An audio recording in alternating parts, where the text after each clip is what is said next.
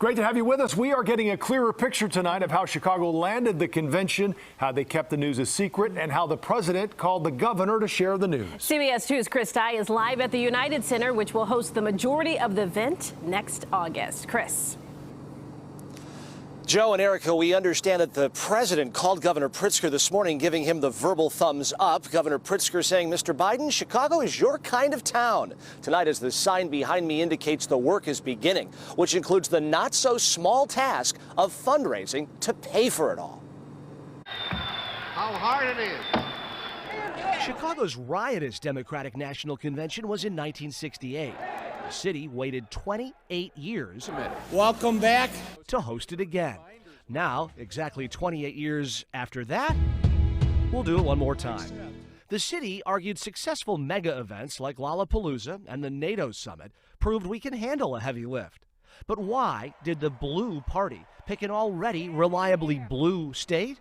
Organizers sold it as a coalition of Midwestern swing states, with deep support from leaders in Minnesota and Wisconsin, Ohio and Michigan, making it a bid to carry purple states in Big Ten country. There's been an absolute commitment from the bid to include the values and the leaders from throughout the region. Caitlin Fahey helped lobby the DNC to Illinois. She says that coalition of states may mean a convention that pushes visuals and stories more Midwest-centric and less of a Chicago affair. But Illinois politics help too. We believe that both the city and the state are leading in a way that the Biden-Harris administration is also leading the country. The other cities in the running for this were New York, Atlanta, and Houston. Atlanta was considered our strongest competitor. But compared to Georgia, Illinois' alignment with the Democratic Party helped, particularly on issues ranging from women's rights to tougher gun laws to deep support of organized labor. And Chicago's done it before. In fact, the American city with the most political conventions, Chicago.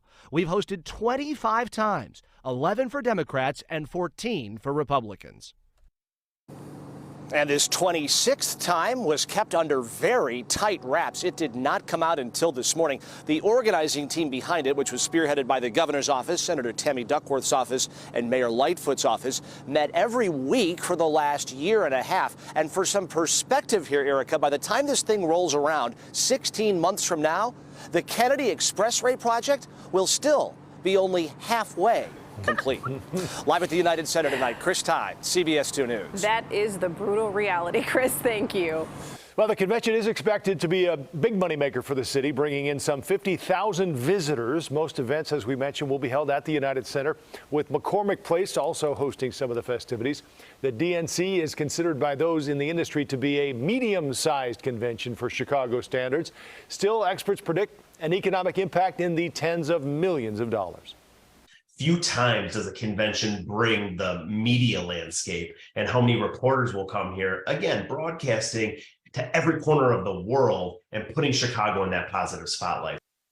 Experts also point out very little, if any, new infrastructure will be needed to host the convention. You can read more about Chicago's history of hosting political conventions on our website. That's cbschicago.com.